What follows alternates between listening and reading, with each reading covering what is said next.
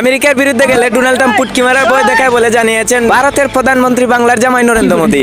অন্যদিকে বাংলাদেশের উপর যদি কোনো দেশ হামলা করে তাহলে আয়াতুল কুরসি পড়া ছাড়া বিকল্প কোনো প্রতিরক্ষা নেই বলে জানিয়েছেন সেনাবাহিনীর প্রধান ওয়াকারুজ্জামান।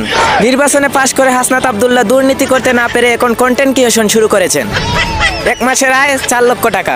তার এই ইনকাম দেখে মির্জা আব্বাস চান্দা দাবি করেন। সুপ্রিয় দর্শক মন্ডলী, আপনারা দেখছেন কিপটা বিনোদন দুঃসংবাদ। সাথে আছি আমি নাইম হোসেন রানা তলিখা জৌরা।